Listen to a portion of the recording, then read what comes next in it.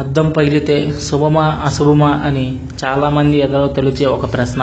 అయితే చాలామంది మాత్రం అద్దం పగిలితే దురదృష్టమని, ఏదో చెడు జరగబోతుందని నమ్ముతూ ఉంటారు. అయితే ఇది మన ఇండియాలోనే కాదు, చాలా దేశాల్లో దీన్ని నమ్ముతారు.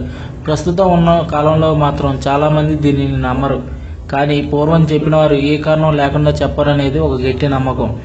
ఇకపోతే అద్దం పగిలితే శుభమా అశుభమా అనేది ఒక్కసారి చూద్దాం. పూర్వం అద్దాలు కనిపెట్టక ముందు చాలామంది నీళ్ళల్లోనే తన ప్రతిబింబాన్ని చూసుకునేవారు. ఆ తర్వాత అద్దాన్ని కనిపెట్టారు.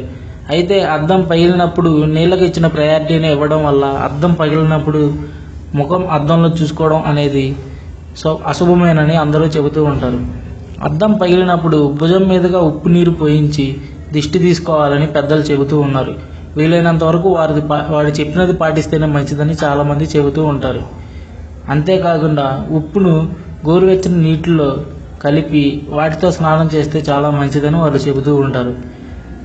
కొంతమంది పురాతన మహర్షుల అభిప్రాయం ప్రకారం పగిలిన అద్దం ముక్కలో నుంచి తొలి పౌర్ణమి నాడు చంద్రుడిని చూడాలంట.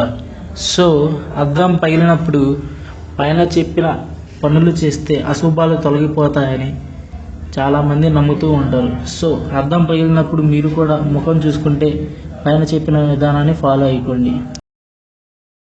మరిన్ని తాజా అప్డేట్స్ కోసం ఈ ఛానల్ను సబ్స్క్రైబ్ చేసుకోండి.